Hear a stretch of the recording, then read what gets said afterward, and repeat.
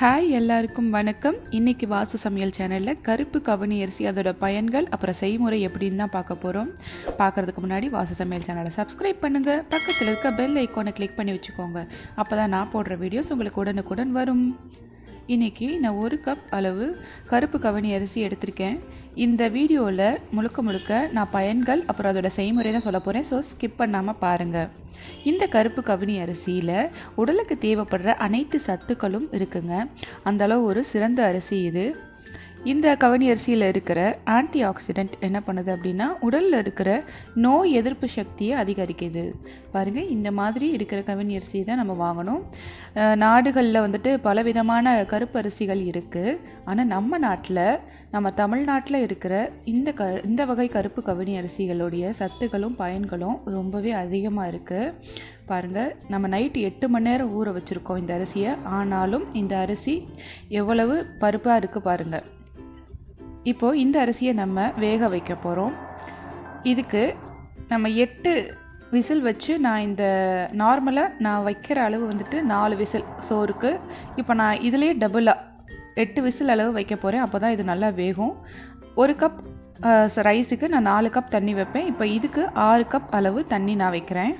அப்போ தான் நல்லா வேகும். இப்போது நான் வந்துட்டு தேங்காய் அளவு நான் துருவி எடுத்து வச்சுருக்கேன். துருவின தேங்காயில் கொழுப்பு சத்து அதிகமாக இருக்காது. இப்போ பாருங்கள், நான் வெள்ளை சக்கரை தான் எடுத்திருக்கேன். இந்த பேண்டமிக் டைமில் எனக்கு நாட்டு சக்கரை வெல்லம்லாம் கிடைக்கவே இல்லை. அதனால தான் நான் எடுத்திருக்கேன். ஆனால் வெல்லம் இல்லை நாட்டு சக்கரை கருப்பட்டி தான் யூஸ் பண்ணணும். 1 ஸ்பூன் அளவு நெய் வந்துட்டு முற்றிலுமாகவே ஆப்ஷனல் தான். 3 ஏலக்காய் எடுத்து வச்சுருக்கேன். ஏலக்காய் வந்துட்டு சளிக்கெலாம் ரொம்ப நல்லதுங்க. அதோட பயன்கள் நான் இன்னொரு வீடியோவில் சொல்கிறேன்.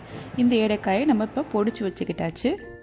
பாருங்கள், 8 விசில் வச்சுட்டு நான் எடுத்திருக்கேன். இப்போது 6லேருந்து 8 விசில் வச்சு எடுத்துக்கலாம்.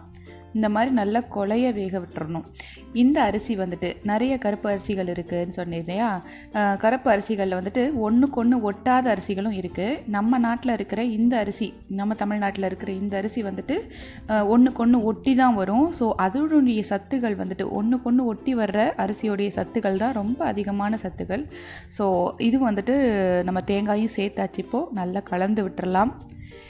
இந்த கவனி அரிசியில் புரோட்டீன், அதாவது புரத சத்து, இரும்பு சத்து, விட்டமின்ஸ் ஏ, அப்புறம் இ, அப்புறம் மினரல்ஸ் எல்லாமே இருக்குதுங்க.